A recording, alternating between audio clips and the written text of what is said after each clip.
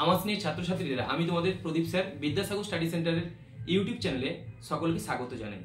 আজকে আমি উপস্থিত হয়েছি যে সমস্ত ছাত্রছাত্রীরা 2025 সালে মাধ্যমিক দেবে তাদের জন্য জিওগ্রাফির 5 নম্বরের গুরুত্বপূর্ণ আঞ্চলিক ভূগোলের কোশ্চেন। আমি আঞ্চলিক ভূগোল থেকে তোমাদেরকে 7টি গুরুত্বপূর্ণ কোশ্চেন বলে দেব। এই 7টি গুরুত্বপূর্ণ কোশ্চেন যদি তোমরা করো, তার মধ্যে থেকে তোমরা 2টো প্রশ্ন পেয়ে যাবে।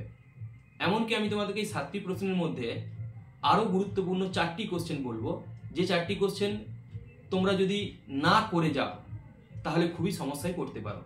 এবং যে সমস্ত স্টুডেন্টরা একটু পেছনের দিকের সারির স্টুডেন্ট, তাদের জন্য আমি ওই 4টি কোশ্চেন বলবো, তোমরা এই 4টি কোশ্চেনই করবে, তার মধ্যে তোমরা পেয়ে যাবে। যাই হোক, আমি তোমাদেরকে টোটাল 7টি কোশ্চেন বলছি। এই 7টি কোশ্চেন তোমাদেরকে করতেই হবে। এই 7টি কোশ্চেনের মধ্যে তোমরা 2টো প্রশ্ন মাধ্যমিকে ফাইনালের জন্য পেয়ে যাবে। আমি সরাসরি আজকে আঞ্চলিক ভূগোলের গুরুত্বপূর্ণ 7টি কোশ্চেনে চলে যাচ্ছি। তোমরা এই 7টি কোশ্চেন ভালো করে দেখে নাও এবং মনোযোগ সহকারে এই 7টি কোশ্চেন পড়াশোনা করবে। আশা করছি এই 7টি কোশ্চেনের মধ্যে তোমাদের আঞ্চলিক ভূগোল থেকে যে 2টো প্রশ্ন করতে হয় সেই প্রশ্নগুলো পেয়ে যাবে।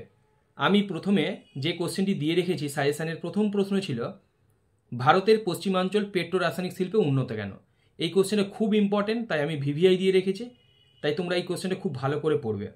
এরপর আমি দিয়েছি পূর্ব ও মধ্য ভারত লৌহ ইস্পাত শিল্পে উন্নত কেন। এই কোশ্চেনটাও খুব ইম্পর্টেন্ট, তাই আমি ভিভিআই দিয়ে রেখেছি।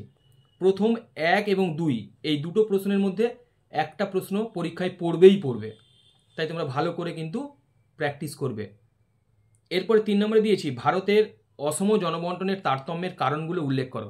এই কোশ্চেনটাও খুব ভিভিআই, তাই এটাও তোমরা যত্ন সহকারে উত্তরগুলো লিখে লিখে প্র্যাকটিস করবে। এরপর 4 দাগে দিয়েছি চা, কফি, ধান, গম এবং কার্পাস চাষের অনুকূল প্রাকৃতিক পরিবেশ উল্লেখ করো। কারণ প্রাকৃতিক পরিবেশ থেকে একটা কোশ্চেন থাকবেই থাকবে।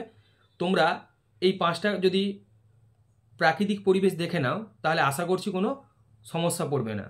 কারণ এই 5টার মধ্যে যদি বলো ভিভিআই কোনটা, তাহলে আমি বলবো চা, ধান এবং কার্পাস, এই 3টে ভালো করে দেখবে। কারণ কার্পাস চাষটা খুব ইম্পর্টেন্ট, তারপর তোমরা ভালো করে দেখে রাখবে চা। তাই আমি তোমাদেরকে বলবো এই কোশ্চেনের যদি কমপ্লিট করতে পারো, আশা করছি এর মধ্যে থেকেই পেয়ে যাবে। এরপর রয়েছে 5 দাগে দিয়েছি ভারতের উত্তর ভারতের নদ নদী এবং দক্ষিণ ভারতের নদ নদীর মধ্যে পার্থক্য লেখো। 6 দাগে দিয়েছি ভারতের পূর্ব উপকূলীয় সমভূমি এবং পশ্চিম উপকূলীয় সমভূমির মধ্যে পার্থক্য লেখো। এবং 7 দাগের যে কোশ্চেনটি আমি দিয়ে রেখেছি সেটাও খুব ইম্পর্টেন্ট একটি প্রশ্ন, ভারতের জলবায়ু নিয়ন্ত্রকগুলি উল্লেখ করো। আঞ্চলিক ভূগোল থেকে আমি এই 7টি গুরুত্বপূর্ণ প্রশ্ন দিলাম। তোমরা যদি এই 7টি গুরুত্বপূর্ণ প্রশ্ন ভালো করে দেখো, তার মধ্যে থেকেই 2টো প্রশ্ন কমন পেয়ে যাবে। এবং আমি এই 7টির মধ্যে সবচেয়ে গুরুত্বপূর্ণ 4টি কোশ্চেন দিয়েছি।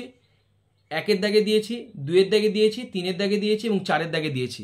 এই 4টে প্রশ্ন যে সমস্ত স্টুডেন্টরা ফাঁকিবাজ তাদের জন্য কিন্তু করতেই হবে।